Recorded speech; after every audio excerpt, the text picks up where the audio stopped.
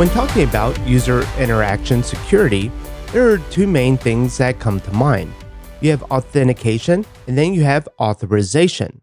Sometimes it's easy to confuse the two, but authentication is basically who should have access to the system, and authorization is what do they have access to.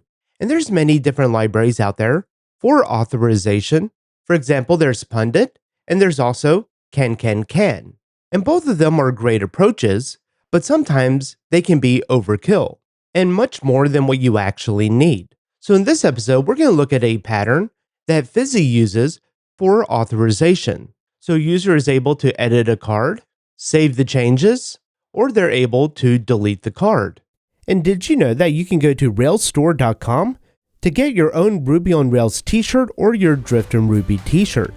To watch this full episode and more videos, visit driftinruby.com and subscribe to the Pro membership.